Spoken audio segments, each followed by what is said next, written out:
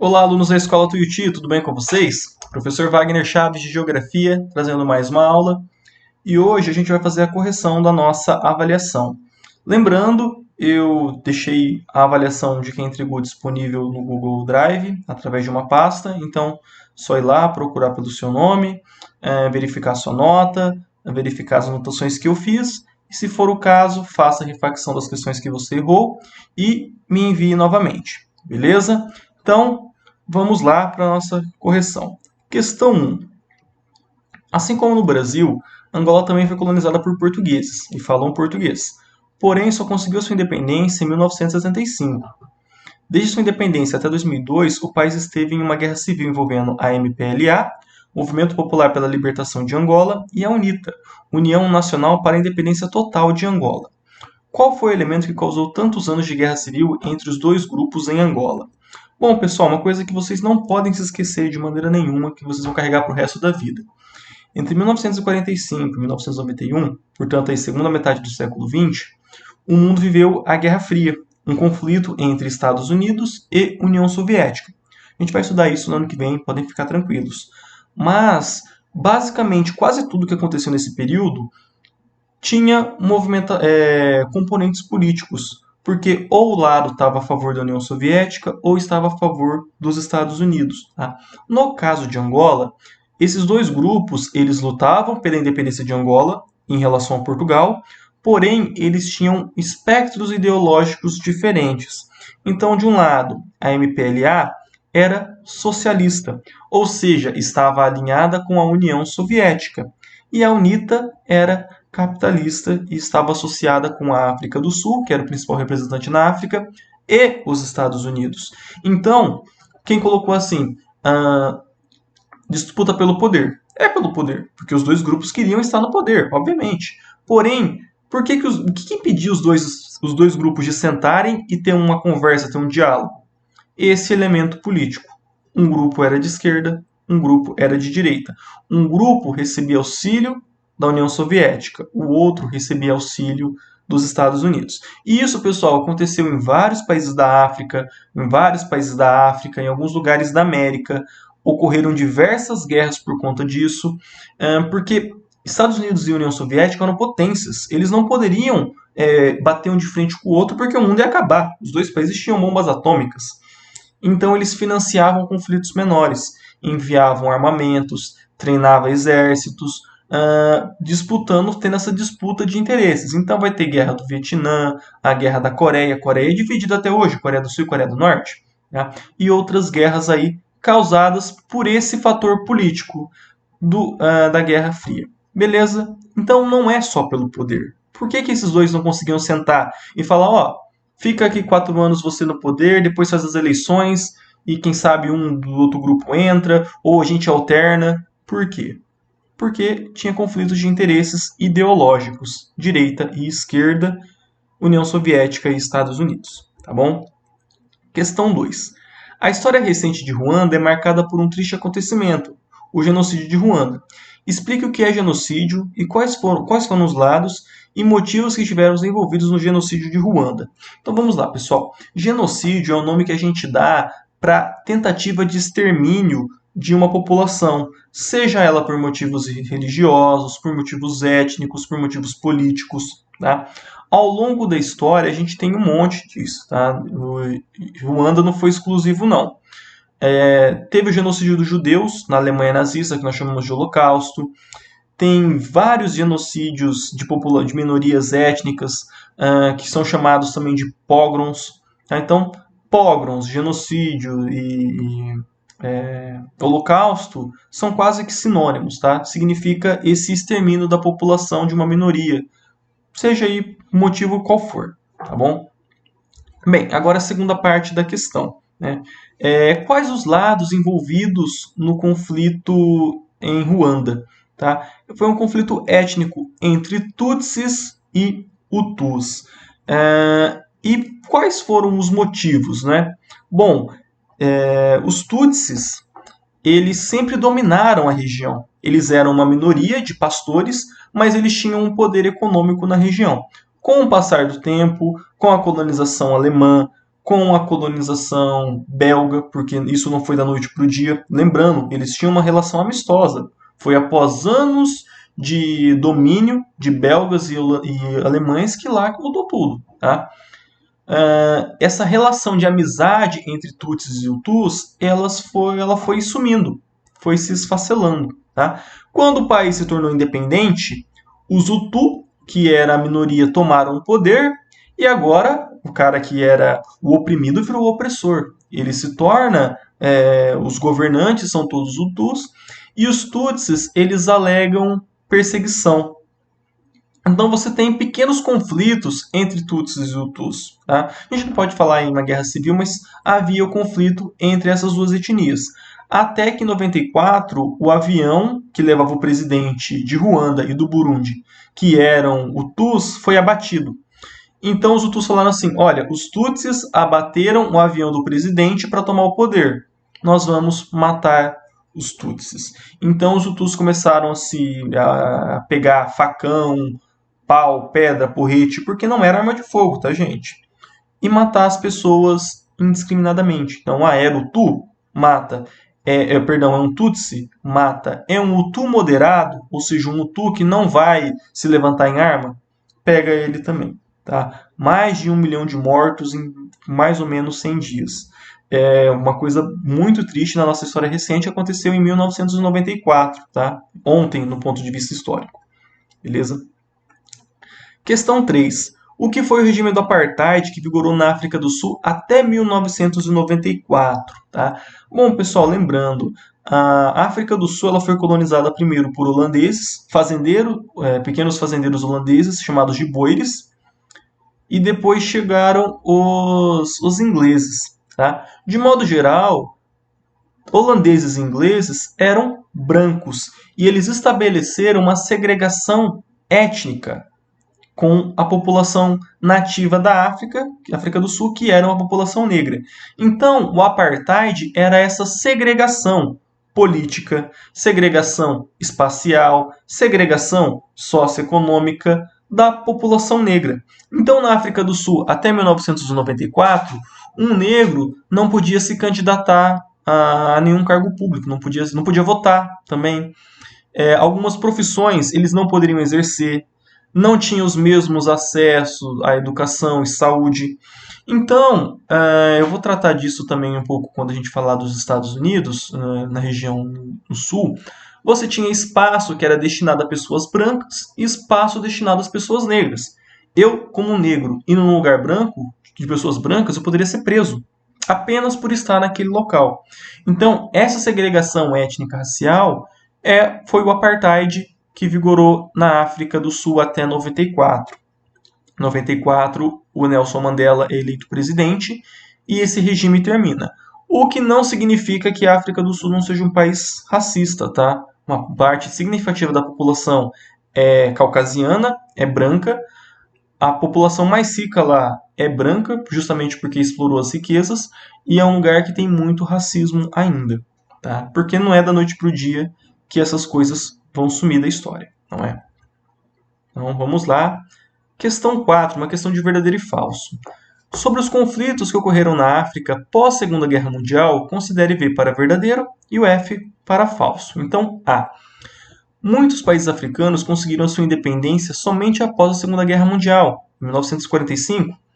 Verdadeiro, tá? Lembrando, a busca por colônias foi um elemento da guerra. A Alemanha queria mais colônias e para isso ela não tinha mais espaço no mapa. Vai fazer o quê?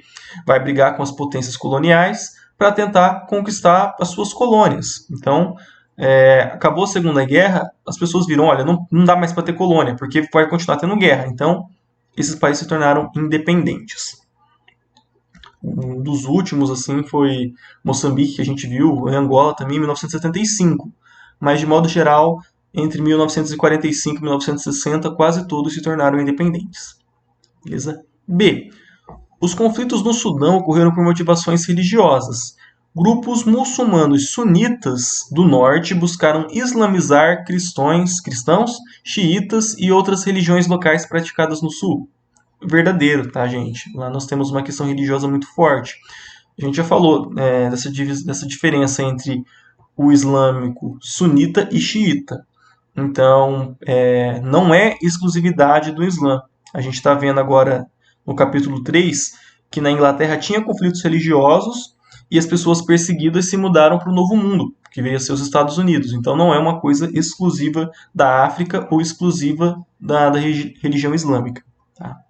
Então, verdadeiro também. Questão C. Os conflitos em Angola tiveram motivações étnicas entre os Tutsis e os Hutu. Falso. Na verdade, motivações étnicas foi em Ruanda, ligado a esses dois grupos. Então, questão falsa. D. Os chamados boeres eram fazendeiros caucasianos, brancos, descendentes dos holandeses que chegaram na África do Sul. Verdadeiro. E por último, E. Denominamos a porção norte da África, próxima ao mar Mediterrâneo, de África subsaariana, pois ela está situada acima do deserto do Saara. Falso, pessoal. Sub é abaixo. Então, nós temos essa região descrita aí, ao norte da África, África Islâmica. E depois, África subsaariana, a parte de baixo. Então, toda vez que eu falar, olha, lá na África subsaariana, pensa no deserto do Saara e tudo que está abaixo dele é a África subsaariana e não o contrário. Então, resposta falsa. Beleza? Questão 5. Os conflitos na África não são exclusividades do século passado. Diariamente assistimos no jornal conflitos no Sudão, na Nigéria, entre outros. E recentemente vimos uma explosão em Beirute, no Líbano, e ainda não se sabe se o material explosivo, que era o nitrato de amônio, seria matéria-prima para fertilizante ou para explosivos de algum grupo terrorista. Entre esses conflitos recentes, podemos destacar a Primavera Árabe, que envolveu vários países localizados no norte da África. Explique o que foi a Primavera Árabe, quais eram os objetivos dos manifestantes e quais as consequências desse conflito. Então, pessoal, 3 perguntas numa só. Tá? Para quem não entendeu, teve aquela explosão em Beirute, no Líbano, foi nitrato de amônia, e com esse produto você faz tanto fertilizante quanto explosivo. Tá? E eles querem saber por que esse produto estava lá. Era para ser fertilizante? Era para ser explosivo e foi comprado por algum grupo terrorista e deixou lá? A gente não sabe ainda, tá? Mas enfim. Então, Primavera Árabe foi uma série de manifestações que ocorreram a partir de 2010, 2011, em países ali do norte da África, dessa África Islâmica. Então, Síria, Líbano, Egito, que mais? Teve um pouco no Marrocos, que tentou desestabilizar um governo que estava enraizado, um governo ditatorial. Então, a gente mencionou alguns líderes que estavam há 30, 40 anos no poder. O Muammar Gaddafi na Líbia, mais de 40 anos no poder. Então, imagine um lugar que há 40 anos não troca um presidente. E o presidente está envolvido em escândalo de corrupção, favorecimento da família, todas essas coisas. Então, eles viviam num regime ditatorial, sem abertura para a imprensa, sem abertura democrática, sem eleições. Então, a população estava de saco cheio disso. A gente teve um pouquinho antes, em 2008, uma crise econômica global. Então, esses países perderam muito dinheiro, a população estava na miséria. Então, os manifestantes estavam revoltosos por conta disso. Olha, o país está numa situação financeira calamitosa, não há abertura democrática, não há liberdade de imprensa, então vamos tirar esses governantes que estão no poder. Tá? Essas manifestações, gente, elas foram quase que simultâneas, tá? Aconteceram em vários lugares ao mesmo tempo, com uma diferença de algumas semanas, e as consequências foram variadas, vai depender do país. Então, no Egito, derrubaram o ditador, Mubarak. Na Líbia, derrubaram o Muammar Gaddafi. Mas na Síria? Na Síria, não conseguiram derrubar o presidente. E lá gerou uma crise maior. Porque agora você tem de um lado os rebeldes, você tem de um lado o presidente que continuou no poder, Bashar al-Assad, e do outro lado os curdos, que é uma minoria étnica que vive ali na Síria e que toma bomba dos dois lados, e que eles querem a independência, querem formar o seu próprio país, que é o Kurdistão. Então, aqui é uma resposta situacional. Em alguns lugares, eles foram efetivos, conseguiram derrubar esses presidentes, esses ditadores. Na Síria, que é o caso mais trágico, não conseguiu, e está em guerra civil até o momento, até hoje. Tá bom? Questão 6, agora entrando nas questões sobre a América, né? Podemos dividir a América de diversas formas, e uma muito utilizada é a histórico-cultural entre a América anglo-saxônica e a América Latina. Explique quais elementos aproximam os países que compõem a América Latina. Bom, pessoal, a América Latina tem em comum a língua de raiz latina, que é o português e o espanhol. Entretanto, alguns países ali do Caribe, como a Jamaica, falam inglês. Guiana Inglesa fala o inglês. Tem áreas aqui do Haiti, por exemplo, falam francês, que também é uma língua latina. Mas o Canadá também tem uma parte do Canadá que fala francês, e nem por isso é um país latino-americano. Nós denominamos, de maneira geral, América Latina do México para baixo. México, Caribe, América do Sul, Brasil, América Latina. E eles têm em comum, pessoal, uma história muito parecida. Todos esses países foram colônias de exploração. Todos esses países serviram de colônias para potências europeias. Ou foi Portugal, ou foi Holanda, Espanha, França, até mesmo Inglaterra. Então, em todos esses lugares, teve, por exemplo, mão de obra escrava. Quando não foi escrava, foi indígena. Produção de commodity para exportação. Então, o Brasil produziu, durante muito tempo, cana-de-açúcar, café, ouro ali em Minas Gerais. O Peru produziu muita prata. Bolívia produziu muita prata. Argentina produziu muita erva mate. Uruguai, muito gado. As ilhas do Caribe produziam cana-de-açúcar, produzia rum, produzia melado. México produzia cacau. Então, essa história da América Latina ela é muito comum. Por isso que nós temos essa divisão de América Latina, que não leva em consideração apenas a língua, mas esses fatores históricos. Todos esses países têm uma história de colonização e de conquista bastante parecida.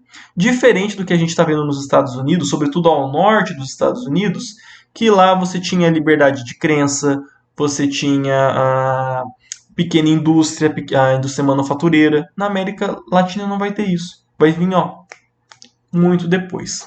Beleza? Próxima questão. Assinar as alternativas incorretas sobre o relevo da América e demais características físicas. Então vamos lá. Questão A.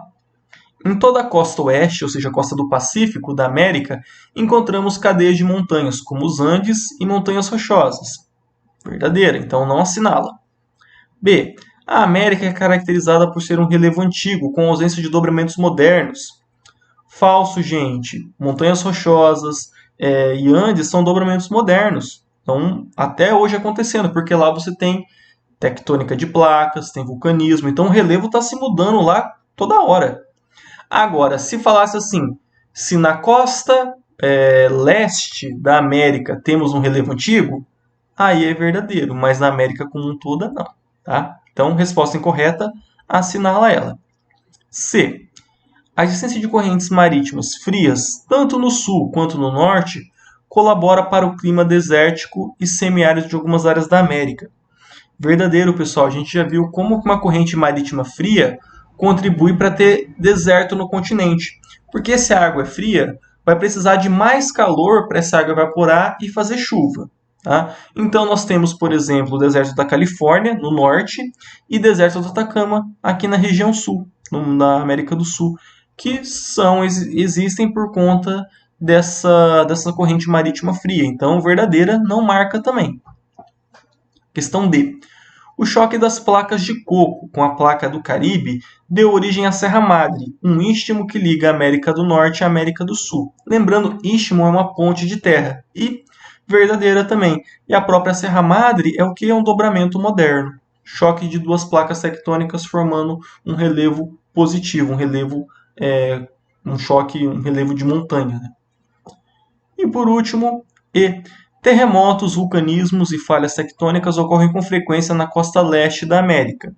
Não, gente, isso aqui vocês não podem esquecer que é leste, oeste, norte e sul. Tá? Costa leste, costa do Pacífico. Relevo mais antigo, não tem placa tectônica, não tem colisão de placa tectônica, então não tem terremotos. Embora tenha acontecido um terremoto não, né? Um tremor na Bahia, Essa semana a gente não sabe as causas ainda. Então, de vez em quando tem um tremor aí, mas não é da quantidade que a gente encontra lá no Círculo de Fogo do Pacífico, lá na costa oeste, que lá treme toda hora mesmo, beleza?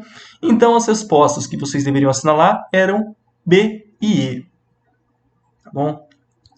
Bom, e a questão bônus aí era para vocês associarem a vegetação, né, com a denominação. Então nós tínhamos floresta tropical e equatorial, pradarias e estepes, taiga, que é a floresta boreal ou floresta de coníferas, desertos e as savanas.